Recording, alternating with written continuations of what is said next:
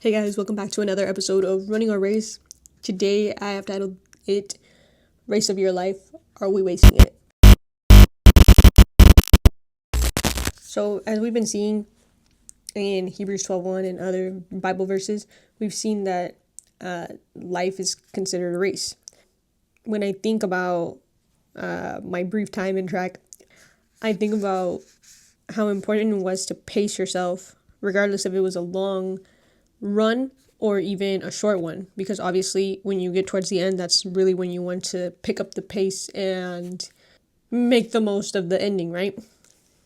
And there's a saying in the world, I can get right with God later. I can change my ways later on in life. And I've been guilty of saying that. But on the flip side, I've been seeing a lot of people pass away or things that happen that make people realize like, oh wow, life could be gone in an instant. I started reflecting, I believe I touched on this verse in the last episode, Acts 20:24, and I was more so reflecting on it, and I'm just going to go ahead and say it again real quick. However, I consider my life worth nothing to me. My only aim is to finish the race and complete the task the Lord Jesus has given me, the task of testifying to the good news of God's grace. When I was reflecting about this, I was thinking, man, he considers his life worth nothing. His only aim is to finish the race.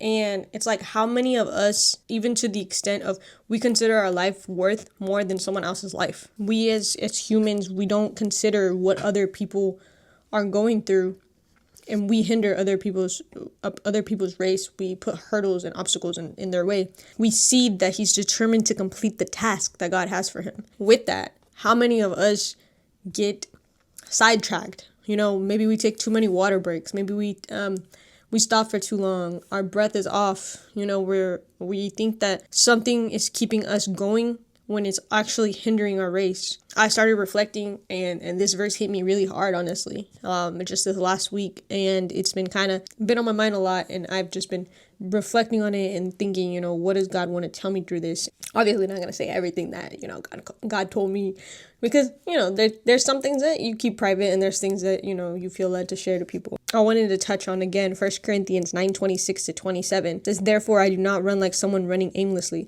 I do not fight like a boxer beating the air. No, I strike a blow to my body and make it my slave, so that after I have preached to others, I myself will not be disqualified for the prize. When we consider the title, are we wasting our race? Are we wasting our time? Are we running aimlessly, like the verse says? I was thinking a lot, like, how many times do we as humans run around aimlessly, chasing things, chasing validation from people, chasing money that could be gone in a second? I know that there's another verse and it says, in the end, people will consider what is right wrong and what is wrong right. And thinking about things like that, like, that's people running around aimlessly, like, they're wasting their race. But when you're focused and you have your eyes set on the task that God has for you, you qualify for the prize. But not only that, you do what you were called to do. Just yesterday, I came across this verse in Ecclesiastes, and normally when I think about Ecclesiastes, I think about the verses that talk about, oh, there's a time for this, there's a time for that. And this one kind of has a little bit to do with that. And it says, again, I saw that under the sun, the race is not to the swift, nor the battle to the strong, nor bread to the wise, nor riches to the intelligent, nor favor to those with knowledge. But time and chance happen to them all. For a man does not know his time.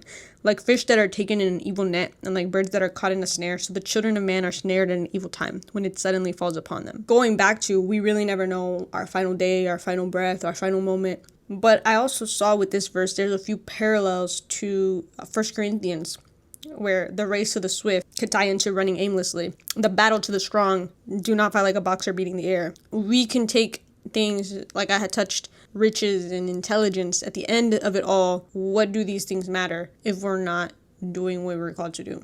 Because if we are caught not doing what we're called to do, we become disqualified for the prize. And in addition to that, we just never know when that last moment is going to be. And just yesterday, I went to a funeral. One of the last things that this person said was, if I were to die today, I would be content and I would feel peace, because I know that I ran my race correctly. And I just kind of was like, wow. You know, I sat a little bit towards the back, and I kind of briefly looked around at a few people, and I realized that some of those people, it hit them hard, because I think they knew that they weren't running their race properly. And a lot of them, I don't blame them. I'm guilty of it at times too. We focus on the wrong things, and we end up not running our race how we're supposed to be running it. Obviously, there's a time to mourn, like how I said in Ecclesiastes, there's a time for everything.